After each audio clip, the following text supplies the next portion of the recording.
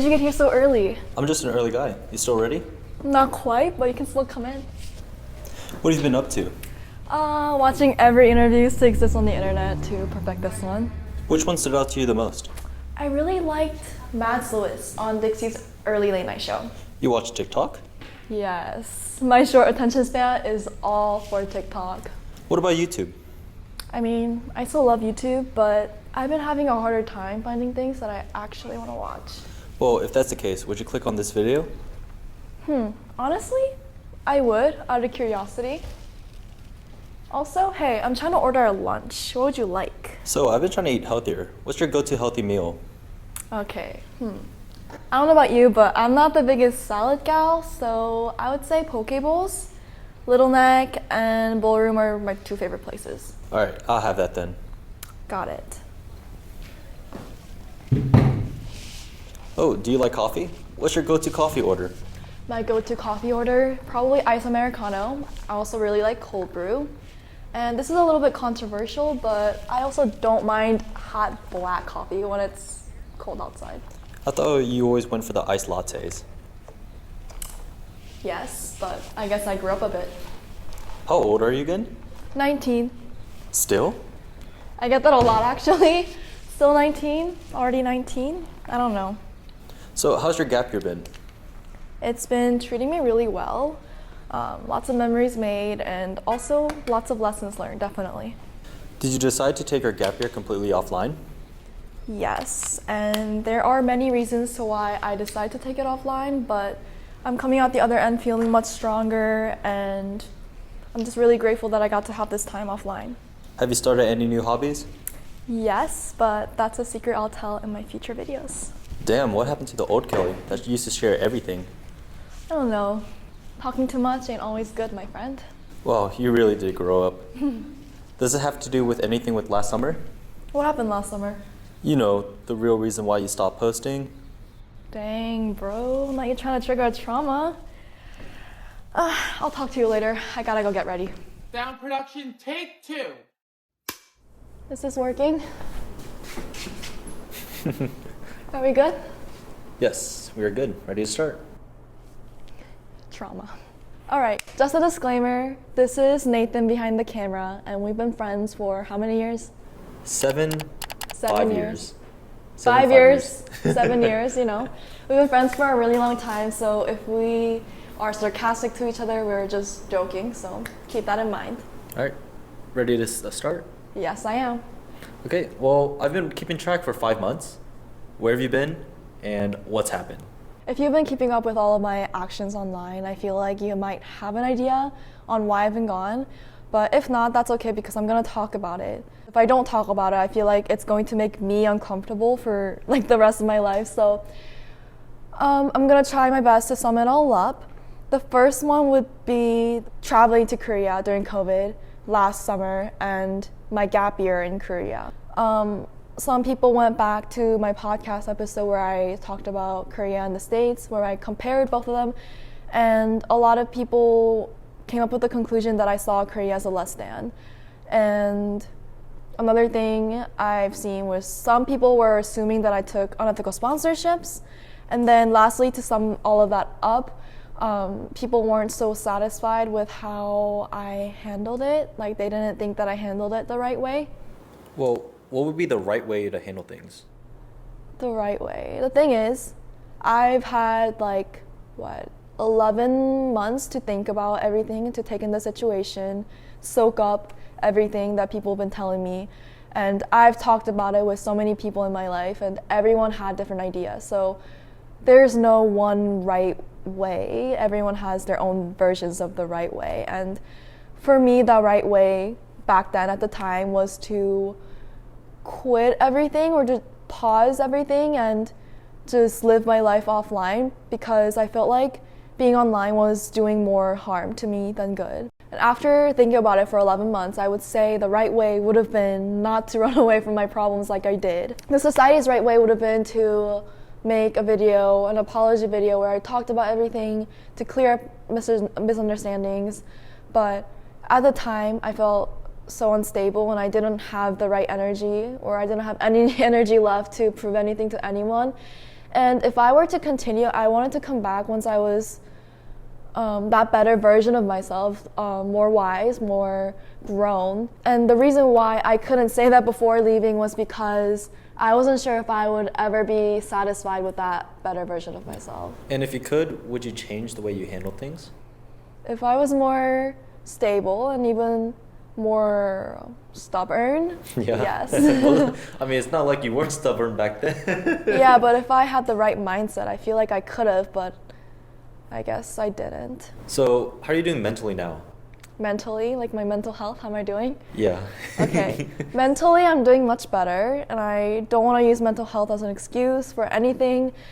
No pity party here, but the reason for my unstable mental health would have been my struggling relationships with a lot of people in my life. So I wasn't really talking to my family or friends, and that was the main reason why I couldn't stay so grounded. Do you think I've changed for the better? Yeah, I mean, if you look at us like for our whole friendship, we were friends for about 5 to 7 years, on and off days, and off days. And I feel like it was worse last year. Yeah. When I wasn't in the okay. But most of the time, it's like me doing something stupid. Yeah, and then, but now we're a lot better. Best friends, both BFFs. of us in the right headspace and doing good. Yeah. So. And do you want to talk more about the other broken relationships you've had? The broken relationships I had. Yeah, so I had a lot of time, a lot of free time, a lot of downtime to go back to broken relationships and recover so many of them. And I've also met new people who have brought more changes than I could have ever imagined in such a short period of time.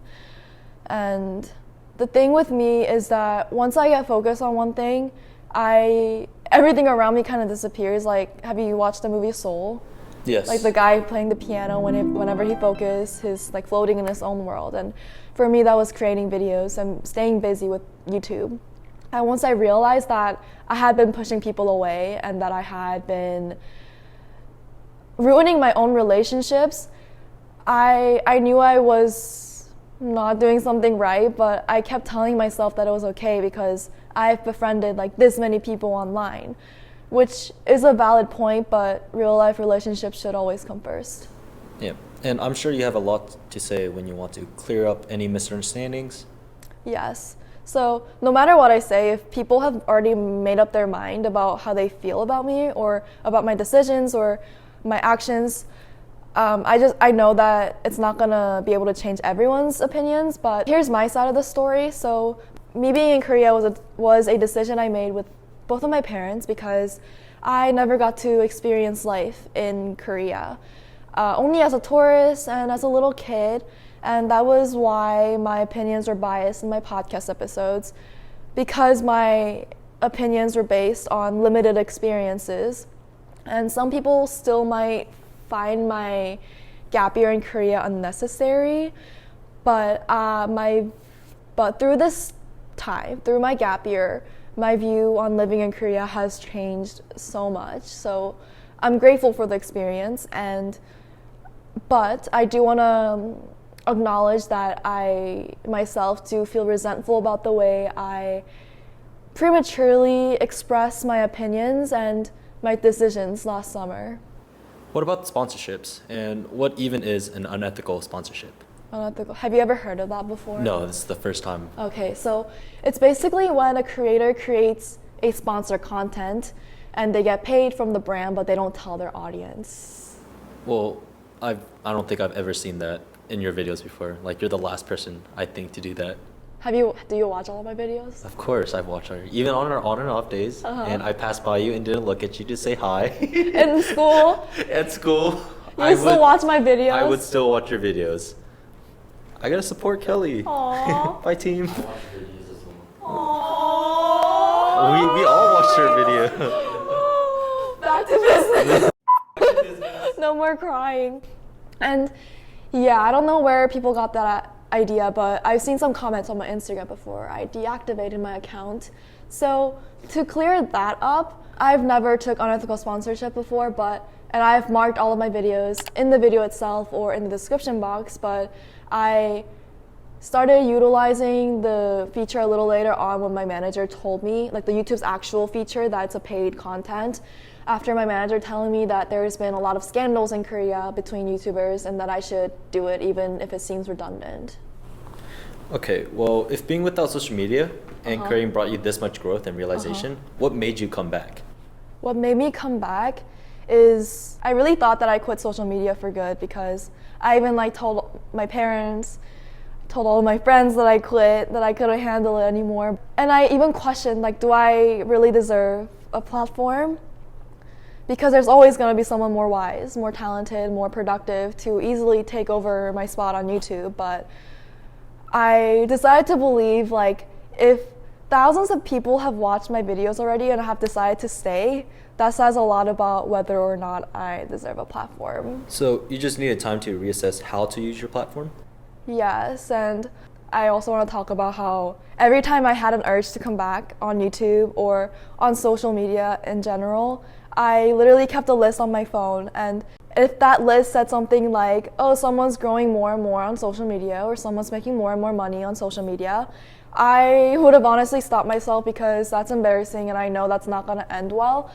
But my list consisted of something like, I found the workout routine that I really liked and I really want to share it somewhere, or I found a really nice pair of jeans that I really like and I want to share it to someone. Something that I would share to my friends, my sister, so little cute things like that. And that made me realize that it wasn't that I didn't like creating anymore, because I was trying so hard to convince myself that I didn't like it anymore, but it was more so that I was just avoiding to face my responsibilities and to face the world. Honestly, you're the last person I would think to be, wanting to be famous, because I've known you for years. You're not very energetic do you think girl. I like attention? No. Where do I seeker. stand when we're in a room full of people? You stand in the corner. I'd be Or out. I would not exist. You just wouldn't be there. Daniel and I, we would like homecoming. exactly Okay. like at homecoming. Yeah. But you made videos because you enjoyed it and you liked it, not because you're like, oh my god, I want to be Kendall Jenner. Yeah, I agree. I know you felt a lot of urges with the Asian hate crimes going around nowadays. Definitely. We've talked a lot about it personally. Yes, that was my biggest urge, to be honest, to come back, because I had the platform and I wanted to use it for good. But I knew I wasn't ready to come back, and I was scared that I would say something wrong and disappoint people that I didn't want to lose anymore. And I just decided to stay offline and watch and learn from creators that I liked and respected. If you're so scared of facing the world and ran away from it a couple months ago, how are you confident that you can face the world now? I mean, the wording facing the world is obviously going to scare everyone. And even without that wording, I am scared. I'm scared to post this video. Filming right now is fun because I'm with my friends, but as soon as this gets online and everyone can see it, I know I'm gonna be terrified. And I can already expect like some of the comments, like the mean comments, and what they're gonna comment. But the thing is, I feel like it's less scary because I know what kind of comments I'm expecting. And I can definitely tell the difference between constructive criticism from people who actually want me to do better and who want me to go into the right path, and actual criticism, like hate from people who are jealous. Well, New Kelly wouldn't care. Now, New Kelly doesn't care. I would care, but maybe I'll recover faster. Yeah, you'll recover faster. Yeah. But like, you've grown up so much. Thank since, you. Like a couple months ago. Really? Am I like a brand new person? Yes, it's like Really? It's like a Barbie doll and the Ken doll. No, how does that work? Okay, back to business. Back to business. What's the future looking like? What's the future looking like?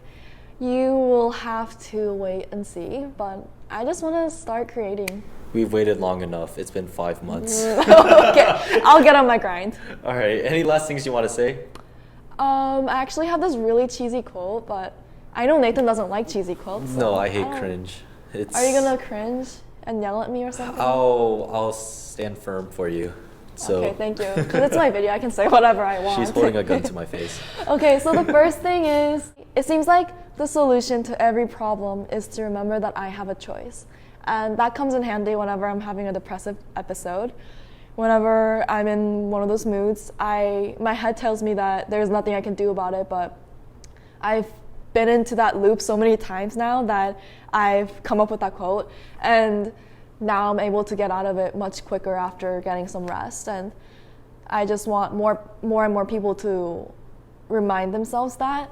And then lastly, the last thing I'm gonna say is that there isn't a better way to learn how to do something than by actually doing it. We obviously can't say something like, I'm doing my life better than you, or that my life is better than your life, because life is such a relative thing for everyone. But whenever I think of this, I am so grateful for the ups and the downs in my life, because it assures me that I am learning to live my best life by actually living it. So, All finished? all finished. Oh, Yay! bro, my ass hurts. Good job, everyone! And if you take the wrong way,